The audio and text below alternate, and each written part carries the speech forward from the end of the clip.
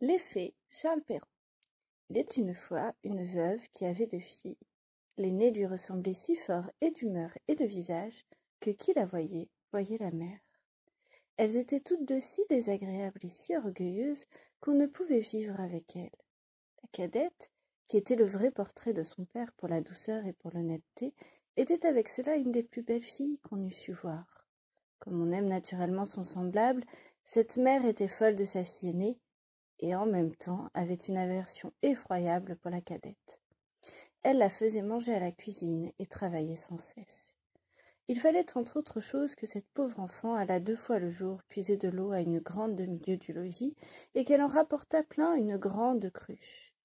Un jour, qu'elle était à cette fontaine, il vint à elle une pauvre femme qui la pria de lui donner à boire. « Oui, dame, ma bonne mère, dit cette belle fille. » Et rinçant aussitôt sa cruche, elle puisa de l'eau au plus bel endroit de la fontaine et la lui présenta, soutenant toujours la cruche afin qu'elle pût bu plus aisément. La bonne femme, ayant bu, lui dit « Vous êtes si belle, si bonne et si honnête que je ne puis m'empêcher de vous faire un don. » Car c'était une fée qui avait pris la forme d'une pauvre femme de village pour voir jusqu'où irait l'honnêteté de cette jeune fille. Je vous donne pour don, poursuivit la fée, qu'à chaque parole que vous direz, il vous sortira de la bouche ou une fleur ou une pierre précieuse. Lorsque cette belle fille arriva au logis, sa mère la gronda de revenir si tard de la fontaine. « Je vous demande pardon, ma mère, dit cette pauvre fille, d'avoir tardé si longtemps. » Et en disant ces mots, il lui sortit de la bouche 2 roses, 2 perles et 2 gros diamants. « Que vois-je là » dit sa mère tout étonnée. « Je crois qu'il lui sort de la bouche des perles et des diamants. D'où vient cela, ma fille ?» Ce fut là la première fois qu'elle l'appela sa fille. La pauvre enfant lui raconta naïvement tout ce qui lui était arrivé, non sans jeter une infinité de diamants. « Vraiment, dit la mère, il faut que j'y envoie ma fille. Tenez, Fanchon, voyez ce qui sort de la bouche de votre sœur quand elle parle. Ne seriez-vous pas bien aise d'avoir le même don ? Vous n'avez qu'à aller puiser de l'eau à la fontaine, et quand une pauvre femme vous demandera à boire, lui en donner bien honnêtement. »« Il me ferait beau voir, répondit la brutale, aller à la fontaine. Je veux que vous y alliez, reprit la mère, et tout à l'heure. Elle y alla, mais toujours en grondant. Elle prit le plus beau flacon d'argent qui fut dans le logis. Elle ne fut pas plutôt arrivée à la fontaine qu'elle vit sortir du bois une dame magnifique, vêtue, qui vint lui demander à boire. C'était la même fée qui avait apparu à sa sœur, mais qui avait pris l'air et les habits d'une princesse, pour voir jusqu'où irait la malhonnêteté de cette fille.